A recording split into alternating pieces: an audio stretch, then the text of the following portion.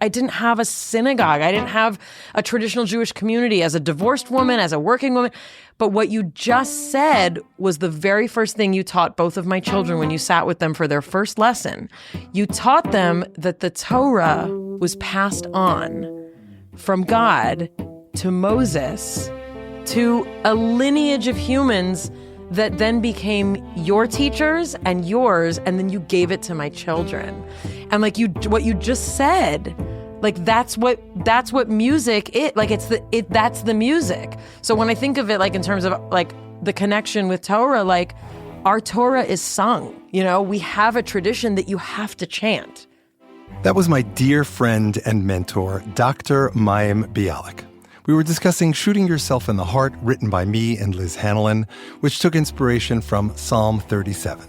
I'm Shep Rosenman. This is The Rest is Commentary, where we discuss what songs inspired by the Psalms inspire in my guests.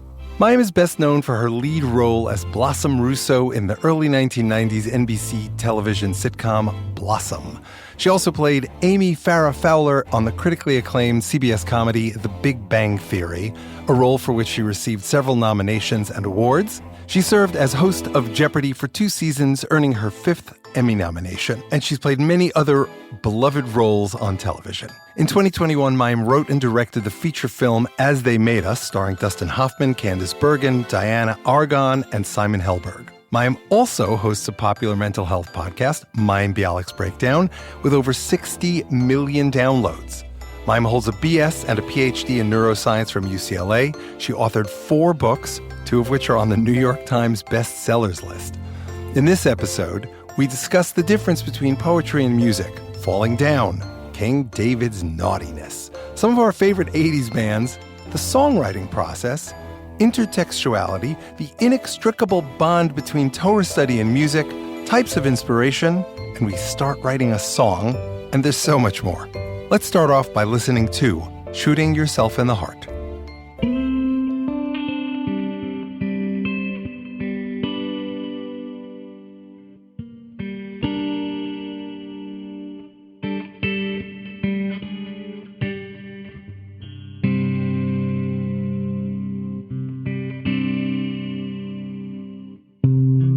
You were leaning against the door,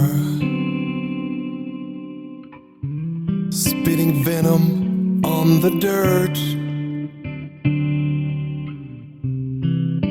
grousing about her too short skirt on an ordinary day like this.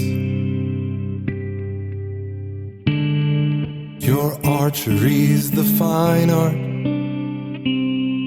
of shooting yourself in the heart. Your archery's the fine art of shooting yourself in the heart.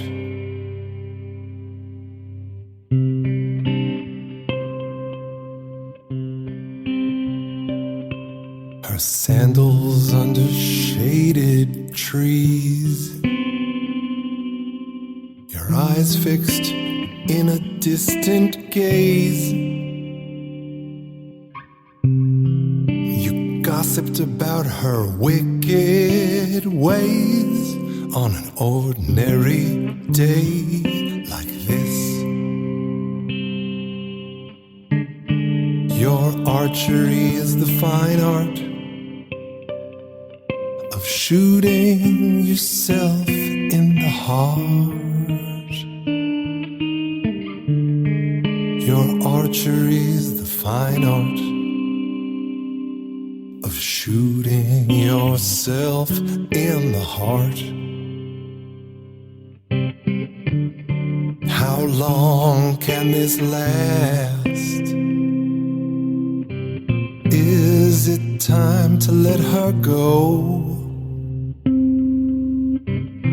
Can you give up all hope of a better past? Of a better past?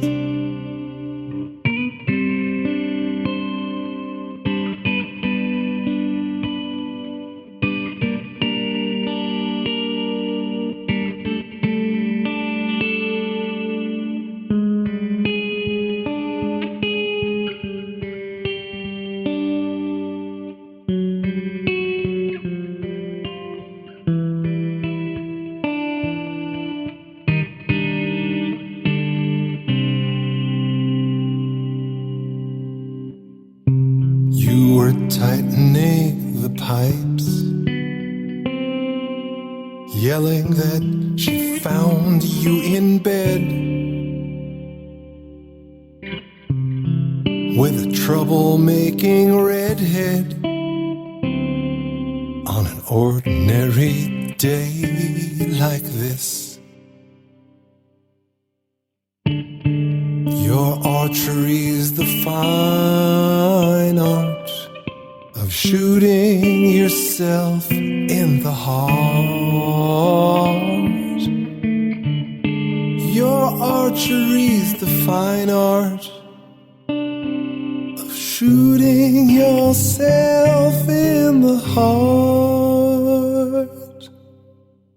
Hi, Mayim. Hi, Shep. I'm so glad you could join me. Thank you so much for making the time. Oh, I'm very excited. We've been talking about this, and I've been following your musical journeys and your biblical ones, and I'm really glad to be part of this.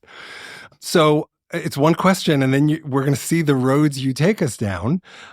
So in the same way that I was inspired by the writings of the psalmist, I offered you a bunch of songs as inspiration. You chose this one, and in the hopes that it would inspire something in you, love or loathing, questions or commentary. And I'd love to hear where it took you, and we'll go from there. Well, there's kind of a haunting quality to, musically speaking, there's like a deliberateness to the guitar that really kind of drew me in. So musically, that was a real welcoming. And just the chord progression and the kind of, I'm not a guitarist, so it's not like plucking, but sort of the dancing along the strings really felt like an invitation. Like musically, it really felt like there's more here. Like, keep listening. Right. And I liked all the choices I had, but this one in particular, I really musically felt very drawn to. I love your voice and the quality of your voice, and there's a real kind of Leonard Cohen affection that you're making my day. that I feel. And so this really felt like a great example of that. Like, I've heard that in bits and pieces in other music and other singing I've heard you do, but it felt like poetry. It felt like poetry that went with the music, but also could exist without the music. And I thought that was really cool too. When I looked at the lyrics, I think what really struck me is there's a lot of imagery, in this case about a woman. And, like the first mention of the too short skirt, it's like, I'm intrigued. And then like the sandals and like even the word gossip and wicked ways, like you finally end with a troublemaking redhead, it's a very, like, it's a sexy song. Like there's all this kind of stuff. And I think the reason that I really wanted to engage in this is because, while there's subtext to a lot of biblical writing, and in particular to King David, he wrote a lot that was not lascivious, but that was sexy and sometimes covert. But, what interested me is like when I went to the actual text, like it's not a sexy psalm. No, it's really not. So that was actually sort of like what I was interested in, because I was more interested in like, what was it here that drew you to make these leaps lyrically in particular? And of course, like when I think of King David, like I always think of his naughtiness. I think of him seeing another man's wife and sending that man to war so that he could be with her. So like David himself is such a complicated character surrounding fidelity and sex and, like seeing her bathing on the roof. Like that's a thing, which Leonard Cohen obviously draws on in Hallelujah. So that was a lot of what I felt was this like musical intrigue that then really matched well with my sense of like, who's this woman and what's this story? And, how did we get from, also like a really awesome psalm that, echoes a lot of themes that psalms echo. Yeah. This is the way to be, and if you're not this way, you're screwed, right? That's kind of like the Psalms in 2 sentences. So yeah, that was sort of the intrigue. And I also felt your archery is the fine art of shooting yourself in the heart. I just love that line. It's kind of physically a hard thing to do. Yeah, but wow. But also, like, that's why it's a fine art, you know? And also, to me, it echoed a lot of significance. When I think of the Torah and the writing, like the 5 books of Moses and the prophets and the writings that, you know, are all from this biblical era, we don't often think about delicate things in the first place, like art. Although Bezalel, you know, the artist and young artisan, a teenager, you know, who was responsible for designing, you know, the place that held the holiest thing for Jews, was an artist, right? But I loved that it's so heavily liturgical, the Psalms, and you drew out this notion of, you know, the art of what could be used for war, but is also the symbol of Cupid. It's the symbol of love, right? And yes, very hard to shoot yourself in the heart, but I think for anyone who has struggled in love, it feels like the easiest thing to do. For sure. Did I get it? You so got it. You won. 1,000 points for Mayim. You described the music as an invitation. In the context of the sexiness of it, was it a come hither invitation? Yeah. Okay, so that's great. But also there's a tentativeness to it. Say more. Just, you know, musically, it's like it really feels like a walking, like an approach, but you don't know what to. Right. Oh, I love that. I think I'm a music critic. That's my next iteration of my life. I just got really excited. Let's start. I love that. I want to kind of bounce around a little bit. So for context, this song was written in something I participated in called the Fearless Songwriting Week. It happens 4 to 6 times a year on the Facebook community. Just go to Facebook, type in Fearless Songwriting, and if you want to join, and Timmy Reardon will get back to you and invite you in. And then, you know, you'll see that there's a community of, I don't know, he has like 400 people on the Fearless Songwriting group, but then in each of the sessions, January, February, April, June, November, there's one I'm missing. Maybe You're it's really August. good at naming months.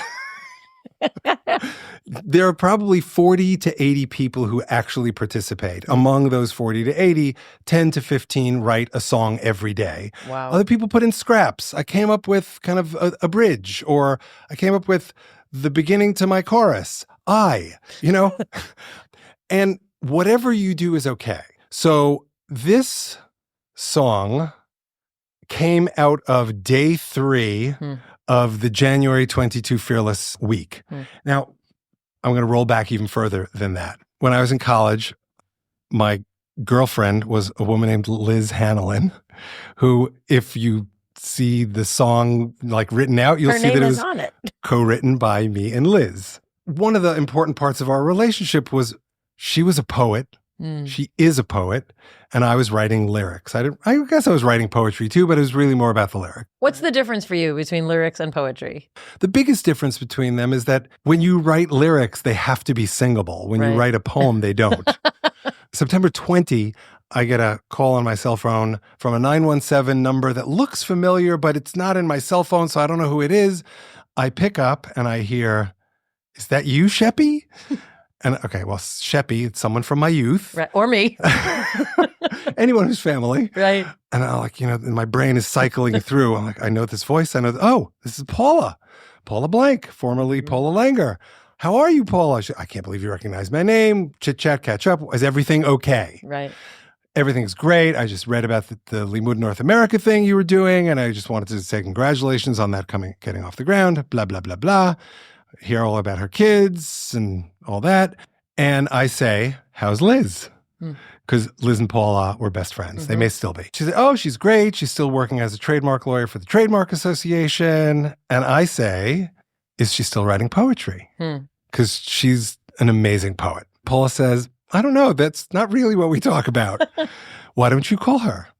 So I know her birthday is coming up because we're talking in August, and you know, I marked the day. How long had it been since you had spoken to your ex-girlfriend? Years. Like when I first moved out here, we would touch base a couple of times a year. Then we got married. Sherry and I got married. And, you know, I would speak to Liz every couple of years. Got it. It's been a long time. Okay. Because some might perceive that as a different kind of opening to get a call out of the blue from your ex-boyfriend saying, "Are you still writing poetry?"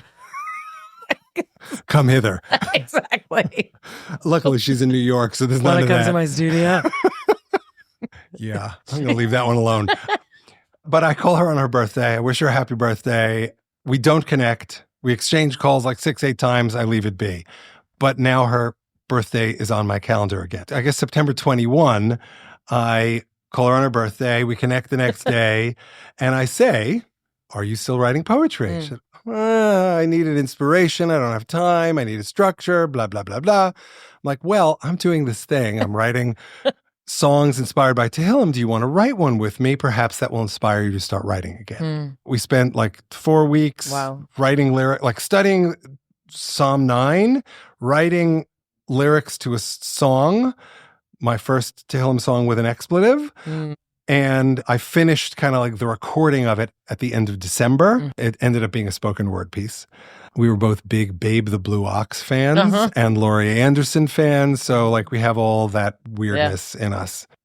And I say to her, "Okay, so you're going to start writing poetry now?" Because that's my primary aim, right? And she says, "I don't know. I need a structure." I said, "Well, there's this thing called fearless songwriting coming up." And I say, "I'll send you the prompts." She writes a poem and I write a song. Day 1. Day 2, she writes a poem, I write a song. Day 3, one of us, neither of us remembers who, says we want to do one together. And that's shooting yourself from the heart. So the prompt for that day in Fearless Songwriting was Can't Let Go, and the art is by Evan M. Cohen. And at the time in the Fearless process, I was very much trying to connect the Fearless prompts to Tehillim wherever I could. And that particular week, I did it every day. Now, this last one I only connected one to Tehillim. I don't even remember why I read this one, but I felt like this one connected to the prompt Can't Let Go. There's probably something about letting go in here. It's in the bridge. "How long can this last? Is it time to let her go? Can you give up all hope of a better past?" Right. So that's how the song connects to Can't Let Go. I have no freaking clue at this minute how the Tehillim does. Got it. There's give up anger. Probably there's like give up these parts of you. Just a letting go of anger. That's probably it. Thank you for being better than my memory. And their swords shall pierce their own hearts. Right. And their bows shall be broken. Right. So, and that, of course, gets us to the chorus in there. So Liz and I early on learned to take advantage of the time difference. I get the prompt at 9 p.m. Everyone else gets it at midnight. So what I do now is I'll write 10 minutes of a stream of consciousness, usually in verse form, and I send it off to Liz. And then when I wake up in the morning, like I have revisions. And sometimes she's actually revising what I wrote. Sometimes she's like, feh, and she starts again. And I'm okay with either one. At this time, I hadn't learned that cheat. So I just sent her the psalm and the prompt, and she came up with a set of lyrics. And It also doesn't rhyme. No. There's a rhyming couplet of art and heart, but that was the first thing, if you don't mind me jumping in, the first thing I thought, the first lyric is you were leaning against the door. You say spitting venom, and I thought you were going to say on the floor. Right. But it's not. And like that automatically, I was like, ooh, there's something different about this song. Nice. It is ABBA. That's true, I guess. Dirt and skirt. Right. Dirt well, and but skirt, on an ordinary gaze day and like ways. this, right? But on an ordinary day like this, that's the kind of refrain. Exactly. Yeah. So you don't have to rhyme that one. Correct. Yeah, but You don't have to rhyme that one. The asymmetry of that is part of what I think creates simultaneous tension because it doesn't rhyme and comfort because we say it over and over again. Yep. Very Dylan. I mean, that's very Dylan-esque, you know? Wow. You made my day again. Anyway, she sent me a set of lyrics. I think she had an experience on an Israel program where someone was gossiping about her. Wow. And that formed the basis for her first person set of lyrics. And my revision is essentially what you see. I turned it into the third person. I changed the parties around, did a few tweaks here and there. But this is really essentially Liz's lyric. I moved things around to tell the story in a slightly different order. Well, so here's my question also. So when did the music come in? Generally speaking, sometimes, like if you opened my voice memos on my phone, you'll see thousands of musical snippets, bass lines, horn lines, guitar parts, whatever it is, lyrics and all at the same time. But in the Fearless context, when I'm collaborating with Liz, it almost always has to start with lyrics. Right. So that's very hard. Say more. I mean, for me, when I write or have written, I'm playing on the piano and I'm coming up with chord progressions I like. And then I set words to them. Yeah. Yeah, I understand that. I can't even imagine. Yeah. Try it sometime. I think I'll have to. I mean, at this point, I do it both ways. Right. So they're both kind of easy, for good or for bad. Like, I don't know if any of my music is, you've used the words Bob Dylan and Leonard Cohen today. Like, in the words of Jack Kennedy, my producer Valerie just thought it sounded super goth.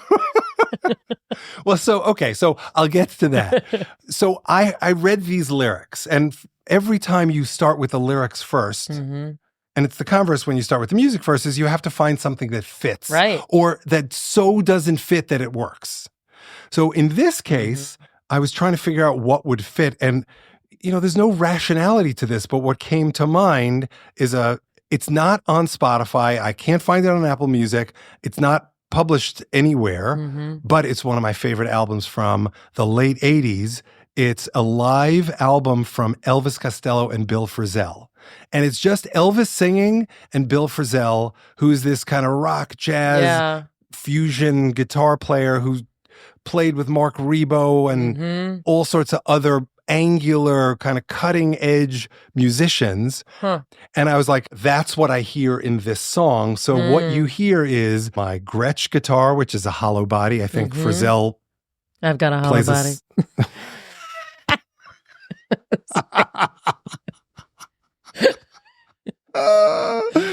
Thank you. I was not expecting that. He plays a solid body guitar, but I felt if I wanted to do jazzy, I needed to do a hollow body, and I highly compressed it for those of you who care what that is, and I put a wide chorus on it, and that was it. Just try to evoke that Bill Frisell sound. I was going to say there's definitely a rawness to it, and I think I'm a supreme Elvis Costello aficionado. I'm actually surprised. I mean, I have things that were recorded from cassettes from concerts, but I don't think I know this album you're talking about. But did you find it? Where? Yep. Oh, and you have to hear that version of that song. Oh my gosh, 95. Yeah, 1995. But now that you say it, there is a very experimental Costello vibe to it. Because, for those of us who know Costello, but for those of us who know Costello as more than just the albums that he's put out, but a lot of his experimental stuff was very, very raspy, very raw, very playing around, in the intersection of different genres, and that makes sense. I mean, look, I listened to a lot of Dylan growing up. I listened to Leonard Cohen much later, but Elvis Costello was really my generation, My Aim is True, all that stuff, 1978. He was among my first Columbia Records purchases, him, Joe Jackson, ELO. Those are my biggest influences. I mean, ultimately it became King Crimson and John Scofield and all sorts of other people. Like, my musical influences are all over the board. So when I write songs and find music to fit the lyrics, I often seek a musical template. Got it. I before we were chatting, I mentioned Babe the Blue Ox. I wrote a song. I was like, I want to do that Babe the Blue Ox song. Or Valerie mentioned System of a Down. I want this to track System of a Down or Queens of the Stone Age or Leonard Cohen. You know who does that? They Might Be Giants. Oh, yeah. Often do that. And there's an album called John Henry of theirs, a very underappreciated album because everybody just loves Flood, and I get it. But They Might Be Giants, especially because, their original albums were the two of them and a synthesizer. you know, and special effects, like audio effects. It was really like, they were like a two-man band, you know? I love them. They were a law school band for me. Oh my gosh. But they will do that. And John Henry in particular, you listen to it and it's like, oh, this sounds like a song that they were making to sound like a bubblegum pop song. Right. This sounds like a song that they were making to sound like, you know, a moody new wave song. And it really is so, it's like genre specific. So they were producing and writing at an age where kind of anything went. You had They Might Be Giants played on the same stations as Tears for Fears, the most highly produced. I mean, and I love both of them. Wow. I wonder if I can ask, because, you know, there's something in sort of the telling of how, you know, how this was constructed that makes me curious for you, if after, you know, that creative process, if then you go back to the actual psalm and then you see where it feels like it tracks, or is it really just like it can be a tiny inspiration that kicks it off? Because, you know, the thing, and one of the places I think that we connect so well just as friends and, you know, journeyers on the road of life is like, for me, like, there's something godly in everything. You know, there's something divine. It's like, sometimes it's hidden and sometimes it's not. But, you know, that's what, when I was listening to this, I was immediately like, is he referencing this about David? Is this a reference to, you know, God? Like, you know, because that's where I'm trying to make it make sense. But I'm curious for you, you know, was it like the touchstone of it and then it becomes its own thing? Or does it still feel like a psalm to you in some ways? It's a great question. So, and the easy answer is Elu ve'elu divrei Elohim chayim. These and those are the words of the living God. So, first of all, I think it's different with every song. There are songs I write where there's like the most gossamer connections to the psalm. And I'm just saying, what does the song inspire in me? And you know, I just go with it because that's what inspiration is. It's not something that's up in your head necessarily. And then there are other times where the inspiration is deeply rooted in the text. Like so rooted in the text that I'm just grabbing lines from the Tehillim. Yeah. And I'd be like, be patient and wait for the Lord. And then it sounds not like a song anyone should listen to. Unless it's worship music that you like to listen to. Now, I have if you like to listen to worship music, I've got many songs in my head for you. Well, it works. By the way, it moves people. That's what moves so many people. I happen to like... Slaughter upright people. Sorry. But seriously, take a look at the psalm and grab one line that you think you could use in lyrics if you were going to write a song that was like worship in the background. Okay. My worship's always in the foreground, but okay. Well, I wouldn't pick anything that's like typically biblical, like the lowly shall inherit the land, right? Like I wouldn't pick that because it's like, it's too many things. But I think I like, you don't want to use the word wicked. That's like, you know, it's a little uncomfortable. Wicked cool. But that's right. You know, I think, let me look. I mean, this is just because I'm a religious person. Though they stumble, they do not fall down. Like I love that. Great. But so are you going to sing a song?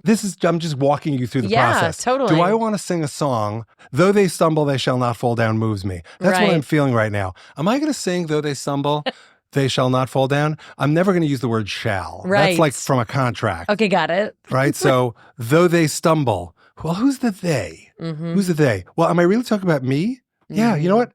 Though I stumble, I refuse to fall down. Right. Now, is that the greatest lyric ever? No, but it's a lyric I would sing. And that's where it starts. And you're right to ask the question because, look, if you look at these lyrics, the chorus... Sorry. What? Valerie's both the worst person and the best person. She just sent me an image of 3 Weebles, and it says, Weebles wobble, but they don't fall down.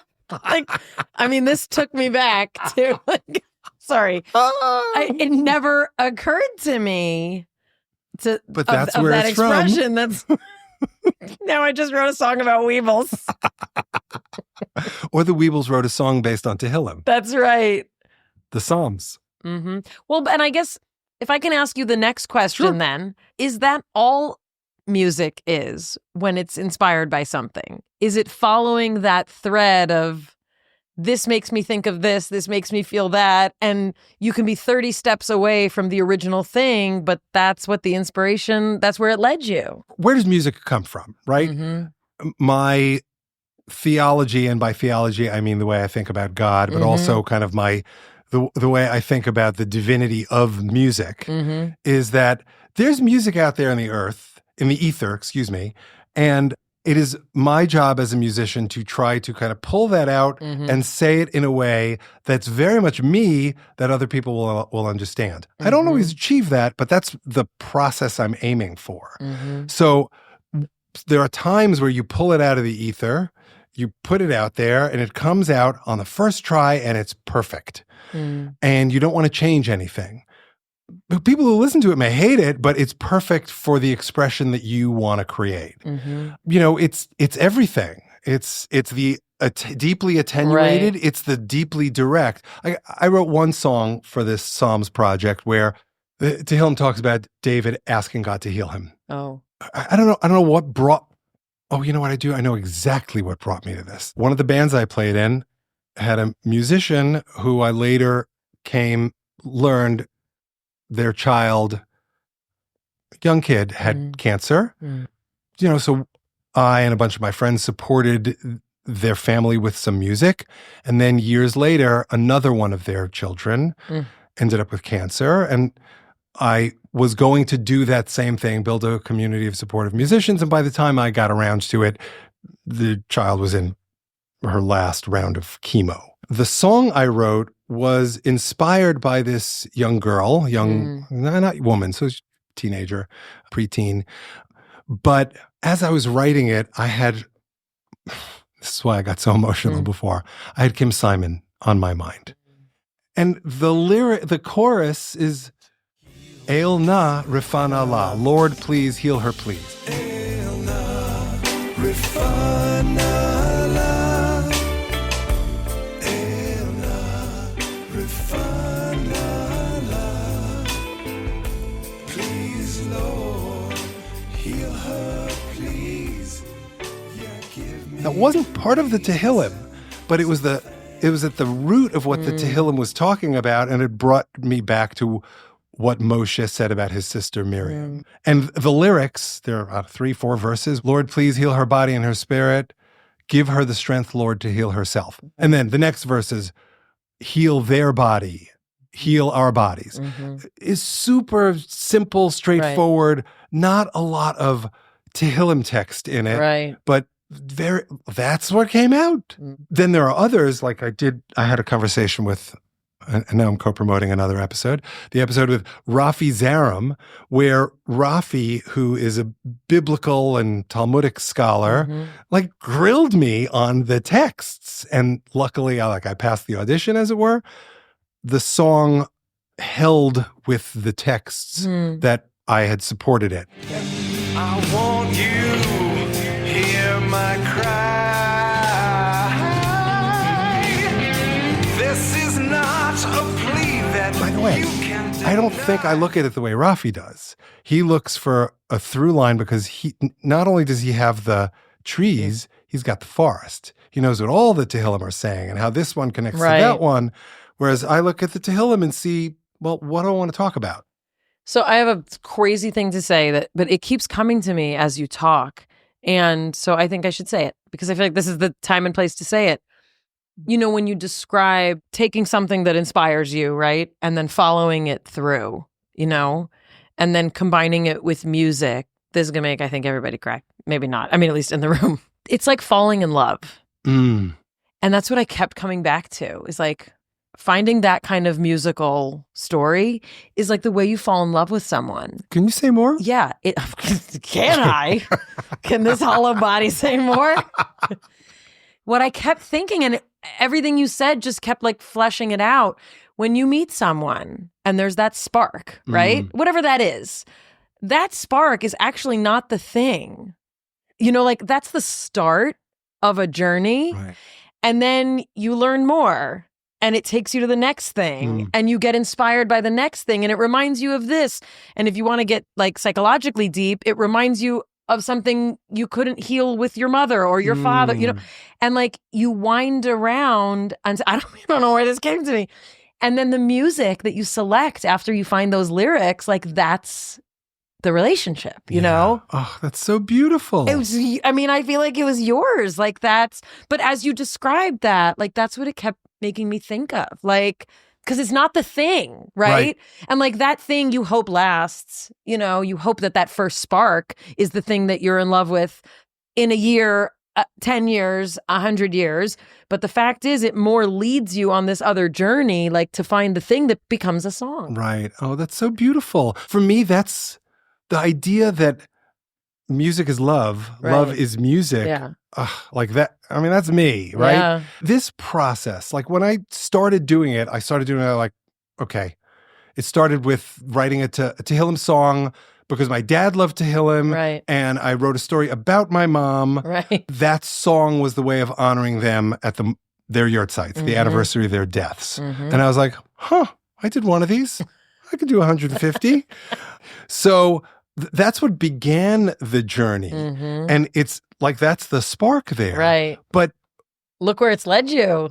1,000%. Like, and I do all this thinking, like the rationale about it, like, well, so what am I really doing? Well, I'm immersing myself in the text. Okay, the text is one foundation. Right. Well, if the text is one foundation, then God is another leg. So, but you can have a table, but even the table has legs. We need a triangle. What's the third leg of the table or the triangle? And ultimately, that's connecting with people. Right? That's why this is a podcast. It could be that it's only my kids who listen to it and they're deeply appreciative of your time. Or it might get an audience of, 200. I doubt it's going to be as big as your audience. But you never know. But at the end of the day, I'm connecting with someone about this thing that I'm very passionate about. And that creates not a virtuous triangle, but a virtuous circle, because now I have other people talking about that which I think is divine. Yeah. Whether you decide it's divine or not and believe it's divine, like that's all I can do is talk to you about it. It's up to you to decide, divine, not divine, love, not love. Well, the reason that feels so true, and so true also like to you and also our relationship, which is why it's, so much fun to get to do this. It's such an honor to get to talk to you this way. You did a very holy act in training both of my children for their bar mitzvahs, and one of my favorite things to do generally, and they in particular were so beautiful to play with. Well, and part of like the complexity is, when I first met you, at the time I was married, and your wife found me like at the park and told you, I met this amazing lady neuroscientist. I think she should teach in our community. This amazing lady vegan That's neuroscientist. Right. And I believe you said, did you just meet Mayim Bialik at the park? But, when I think of like how crooked my derech has been, that my journey has not been linear. I got divorced. You saw me through that. You've supported me and my ex-husband in our journey. Like we've been part of your family, your home. I've seen your children grow. I've seen their beauty and their joy and their struggles. Like you've been such a huge part of my life. And, to have that person enter my children into a covenant that way, because I didn't have a synagogue. I didn't have a traditional Jewish community as a divorced woman, as a working woman. But what you just said was the very first thing you taught both of my children when you sat with them for their first lesson. Wow. You taught them that the Torah was passed on from God to Moses to a lineage of humans that then became your teachers and yours, and then you gave it to my children. Yeah. And like what you just said, like that's what music is. Like that's the music. So when I think of it like in terms of like the connection with Torah, like our Torah is sung, you have a tradition that you have to chant. V'ata kisvu lachem es ashira hazos. This is when I started writing songs inspired by the Torah. Right. It's the 613th mitzvah, according to the commentator from the 1800s called the Sefer HaChinuch. I don't remember his real name. Sefer HaChinuch means the book of teachings. Yeah. V'ata kisvu lachem es ashir hazos means, and now write for yourselves this song. They don't mean the song that follows that instruction, which is Parshas Ha'azinu, Miles' That was Parsha. Miles' Parsha, yeah. The rabbis interpret this song as the Torah itself. Right. So they're inextricably bound. Yeah. Torah and song, and that connects you back to the love thing. Right. You know, I mean, it's a very Christian thing to say God is love, but God is love. I mean, we're told, Ahava rabba ahavtanu, Adonai Eloheinu. God loves us with a great love. And we are also said, V'ahavta es Hashem Elokecha. Love God, your God. Like love is at the heart of this thing. That's another song I wrote with my friend Ray Kayanik. Love is the heart of this coup. But I do think that that's what it's all about. We could choose to make things about hate. I hate. I could write all those songs. I got 613 just in the last 3 years of my life.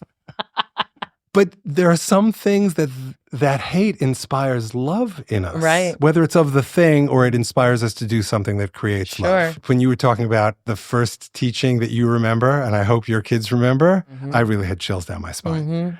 It's so powerful to be part of that in anyone's life. And it is how you describe music, you know? Yeah. It really is. Best episode ever.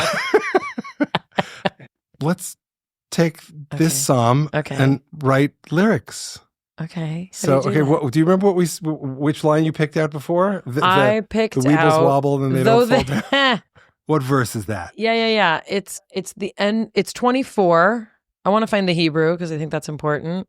Because the English may not be right. Correct. Ki yipol lo yutal.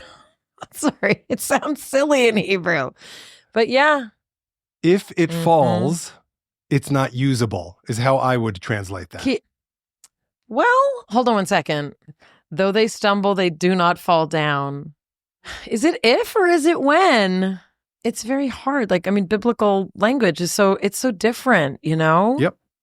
Ki pol lo yutal. Though, here's another one. Though he falls, he shall not be utterly cast down. That's not right. Oh, also the next line, Ki Hashem somech yado. That's the only 2 times somech is used in Tehillim. That's interesting. Yeah, wow. Sorry. Okay, so the BDB defines tool, tet vav lamed, as hurl or cast. Oh, cast down. Okay. I was thinking tool as natal, as in nitilat yadayim. No, lo'ah. Natal comes up there in the BDB, but the BDB translates this verse as when he falls, he shall not be hurled headlong. I mean, if that's not poetry, I don't know what is. But how do I get to headlong? And they say that, well, because I think that's the way you'd be. I see. He won't fall face first. He'll fall backwards. He'll fall sideways. He'll fall on a nice little cushion. It'll be fine. Well, but that's interesting. If I were to write, though, right, you could go from there. Where would you go? Oh, there are so many ways to fall. First thing that comes to you. I just said it. I just wrote a lyric. Okay, and what comes after that? I don't know. What'd I say? There are so many ways to fall. So many ways to fall. I don't know. Like critical brain, like already started intercepting. What's the first way to fall that comes to mind? Well, tell me about a time you fell. Well, I'm thinking it was my brother fell off his skateboard on an incredibly steep hill. There's the lyrics. Okay. My brother fell off his skateboard. But that says I would rework those lyrics. First draft. That's what we're looking for. On an incredibly steep hill. Tell me. There was blood everywhere. Okay. And fear. I thought he wouldn't get up. Well, let's go back to the blood. This was good. This was supposed to be the opening image of my movie. No kidding. My first draft, I wrote this scene because my brother was this like mighty figure to me, as a child, who was an expert skateboarder. He should never fall. And he did. Wow. Yeah. It was in the Hollywood Hills. Like I remember the street. What street? I mean, like, I don't remember the name of it. I'm saying, like, I remember, how it looked. What do you remember?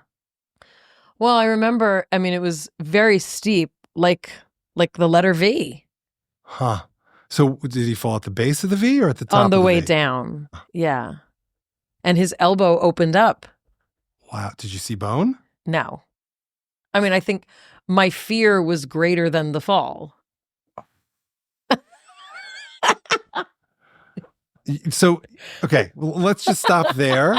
I mean, if it's up to me, you Yeah. or we, whatever you prefer, Yeah. are going to turn this into a song. Okay. Not necessarily now, but like Right. my fear was, hold What on, did I say? Greater than the fall? greater than the fall. So that's, to me, like, that's my chorus. Right. My fear was greater than the fall. My fear was greater than the fall. Right. So you just take interesting things people say and you make them into lyrics? Well, you take something that you hope moves people. And, you know, the basic theory, egotistical though it may be, is if it moves me, it'll move somebody else. Right. Now, sometimes that's not true. I'm moved by a lot of things. Valerie and I cry all day. Well, but so, okay, so do we want people to cry from this? I mean, I think I always make people cry. Okay. The crying is because they're moved, not because they're angry. Right. Yeah. So in this song, right, this is an earnest, like if that's our chorus, Right. or some version of it is But our now I chorus. like want to find a psalm that talks about falling or about fear.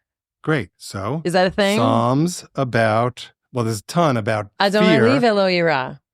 Well, that's Yigdal. Right. Or I know. Adonalam. Yeah, that's Adonalam. Right, that's Adonalam. Master of the Universe, a Uh-huh. psalm we sing every morning, Right. or at least Saturday mornings. But the big one about fear is Mizmor LeDavid. I walk through the valley of Oh, death. the shadow of Right. death, and I will fear no evil. Yeah. Right. Psalm 37. Here's another reading, which I also like. Though he falls, he will not be overwhelmed because the Lord holds his hand. Oh, that's beautiful. And I think that's That is the next line. And when I had my car accident, someone took, I don't know if it was this line, they did a piece of art for me about, because my right hand was damaged. And a religious friend of mine did a thing about God holding my hand. I think you have to write That's a so song about awesome. this now. Now I want to. Okay. I mean, that's, you know, I think probably for another time, you know, my car accident was very, very traumatic and I had to have 2 surgeries and, you know, my hand was really bad. And I remember I fell to my knees. I mean, Right I after was the at accident? Hollywood and La Brea Mhm. and I was in shock and my hand was it was bleeding onto the floor. You remember we spoke Yeah. in the moment. Oh my gosh, I called you from there. And it was a police officer who came over, said, get down on the ground, because I was walking around like, I guess I had just called Shep. And he said, get down on the ground. And I remember I hit my knees and my knees were bruised for weeks. And like, I don't even remember it hurt. I mean, nothing hurt at that point. Like I was out of my mind. But that was the start of a tremendous amount of trauma processing that I started doing, you know, that kind of accident and, you know, all of the surrounding things. So it might be a really beautiful place, you know, for me to call on this falling imagery, you know, For sure. and the So blood of my brother and powerful. it just became great, Yeah. right? My brother falling and then me falling and like, yeah. Yet you, like Weebles, both got up. But I want to get Yeah. serious about that for a Yeah. minute. So you talked about the recovery from that injury. Yeah. Obviously, there's a huge physical component. Yeah. But I know from the experience of it that it took a huge emotional toll as well. Oh, yeah. And I was, you know, at that time, very aligned, you know, religiously. I felt very protected. I really you did. Felt like God saved I felt you like from God death. was holding my hand, you know, and beautiful. also like whatever happened was all like, it's all kind of just the universe is going to do, you know, its thing. But yeah, it was, and that's a place where, you know, I do think for me, music has served a purpose, you know? Say more about that. I mean, in my recovery, I would play with one hand because one hand could not play. And I would sit at the piano and I would play, you know. I had just gotten Adele's book, like whatever. I think it was her first album. And I had just started learning Adele, you know, and like complicated piano. And I had one hand. And I remember I would sit with my left hand back and forth. Like it was, yeah. Didn't you also use the piano as a way of recuperating your right hand? Yeah, I had to do piano therapy because all the musculature, you know. That's very interesting. And my hand, you know, there's permanent damage to it. And it has been acting up lately in the last week. it has been spasming. With me doing nothing, it has been twitching visibly. I think it was waiting for you to come and talk to it. Well, okay. I mean, I'm not sure if I believe this kind of thing. Like this, like I want to believe in the woo-woo, but maybe your hand was waiting for this conversation because it wanted you to write a song that allowed you to show that it's healed. Correct. I'm getting chills again. We should same time tomorrow. We can do another one of these. It's so fun. Yeah. So last thing, going back to that healing process, obviously you did all the exercises. Was there an emotional journaling, walking? How do you heal? I mean, so much of the emphasis, had to be on the physical in that time. And then I had to have a second surgery and they had literally had to open the scar. Like it was so, it was like so, it felt so symbolic, like literally opening that same, No, I think the emotional processing has kind of been like, it's been a since, I got divorced right out, we had been separated. Like it was a crazy time, and I still have scars. Like I have scars on my arm, I have obviously scars on my hand, but my other arm, like, the boys remember so much of that time. Fred was still nursing at that time. And like, he remembers, he remembers so much. He wouldn't hold my hand for years. Either one or just the injured one? Yeah. And then, he was very, it was a process. It was a whole emotional process for everybody, I was on Big Bang at the time. I mean, like my life was like in the middle of everything. Really crazy. I think I was nominated for my first Emmy that year. Like it was. That's right. It was, but I went to the Emmys with literally blood under my nails. Because like my hand was still, I was that fresh. Like it hadn't fully, the swelling hadn't gone. It was nuts. So yeah, it was there's an emotional process that, I think in many ways had to get suspended, because of all the logistics of like go to work and take care of the kids and, Right. Well, I'm sure that's a big thing in your life generally. Like, I liked it better when I was asking you things. Yeah. Okay, my hands are full. My hands are full. Wow. Yeah. And thank God they can be. That's right. Like you can use them That's again. That's right. Not as good as they used to be, but yes. Do you still feel like God holds your hand? Yeah. I mean, I feel like that's, honestly, in many ways, that scar, like my scars are like a reminder, of where I was held, And I would have felt that way if I had lost my thumb. Like I really, like that's still what would have happened, Yeah. The whole God thing is fascinating. We could probably spend at least another few hours on that. But for me, God is in the details, and these are the details that I love to play with. As a lawyer, I'm in the details all the time. Right. But I'm in the details in a different way with the Psalms, and that's when I feel that kind of healing. I don't feel that God holds my hand per se, but I feel like God is saying, "New Shep, I'm giving you lyrics here." Right. Like that's where my relationship comes in. And like the scary part for me is like, okay, did I pick it up? Right? Or like, did I do a pretty good job of like getting this thing that has the potential to be a divine experience for someone across in a way that it moves them, which brings us full circle back to love. Sweet. You're awesome. You're Thank you so much. This was really great. I would love to do another one. Okay, great. Thanks so much for listening. Special thanks to Mayim Bialik for joining me, to Valerie Floyd, Emil Stern, and E. Rose for their help in producing this episode, to Jessica Chana Sweedler for her help on social media, to Liz Hanlon for co-writing the song with me, and to Timmy Reardon and the Fearless Songwriter Gang, who also regularly serve as inspiration and support for the many songs that come out of the Fearless Songwriter Challenges, which you can join on Facebook, or you can ask me about it. You can find Shooting Yourself in the Heart and all of the other songs in this song cycle on most platforms that stream or download music, including Spotify and Apple. In the next episode of The Rest is Commentary, I will be talking to my friends Brian Michael Bendis, also known as Bendis, and Rabbi Michael Shefren, also known as Stick.